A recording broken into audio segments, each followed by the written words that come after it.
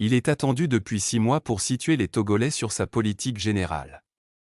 Après 20 ans à la tête du pays, il s'est taillé une nouvelle constitution pour devenir président du Conseil, chef du gouvernement depuis le 3 mai 2025. En lieu et place de cette politique générale, Faure Gnassingbé a présenté le mardi 2 décembre à Lomé, devant l'Assemblée nationale et le Sénat réunis en congrès, un discours sur l'état de la nation. Un discours sans relief après 7 mois d'attente. Le président du Conseil a juste brillé par ses belles phrases. L'adoption de la 5e République marque un tournant historique pour notre pays. La République togolaise entre dans une nouvelle ère institutionnelle, celle d'un régime parlementaire moderne, apaisé et équilibré. Ce n'est pas un changement abstrait. C'est une transformation de notre démocratie qui va avoir des conséquences concrètes pour nos concitoyens.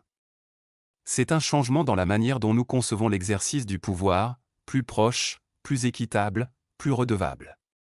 Pour le président de Union pour la République, UNIR, l'action du nouvel exécutif s'articulera autour de 3 priorités majeures: protéger, rassembler, transformer.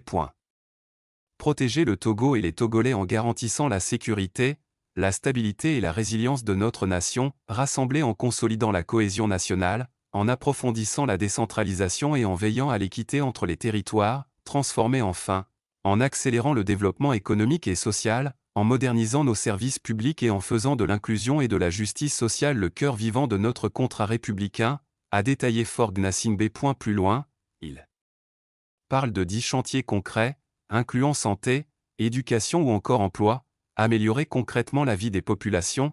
Chaque axe fera l'objet d'un pilotage resserré et d'une redevabilité renforcée, avance-t-il avant d'annoncer que sa gouvernance sera axée sur la clarté des engagements, la redevabilité et la responsabilité partagée sur fond de lutte continue contre la corruption.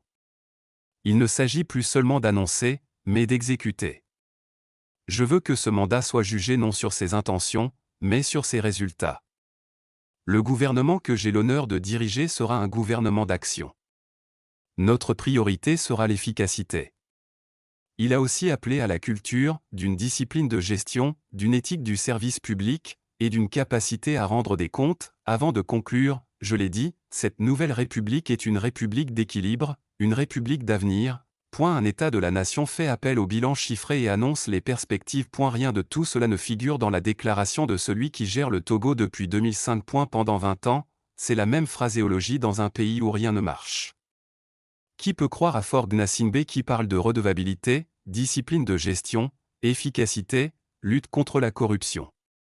Pendant 20 ans, c'est le gaspillage, le détournement des deniers publics, la promotion des criminels économiques. Au-delà, il ne s'agit pas d'un discours sur l'état de la nation mais plutôt de la déclaration de politique générale comme le prévoit l'article 54 de la Constitution du 6 mai 2024 qui stipule « Le président du Conseil, après délibération du Conseil des ministres, peut engager devant l'Assemblée nationale la responsabilité du gouvernement sur son programme. » Là, ce programme est soumis à l'approbation du Congrès. Comment quelqu'un qui vient de prendre fonction peut-il faire l'état de la nation? Au demeurant, il s'agit d'une fuite de responsabilité et c'est la navigation à vue qui continue pour le grand malheur des Togolais. Koku AGBEMEBI aux sources. Le correcteur.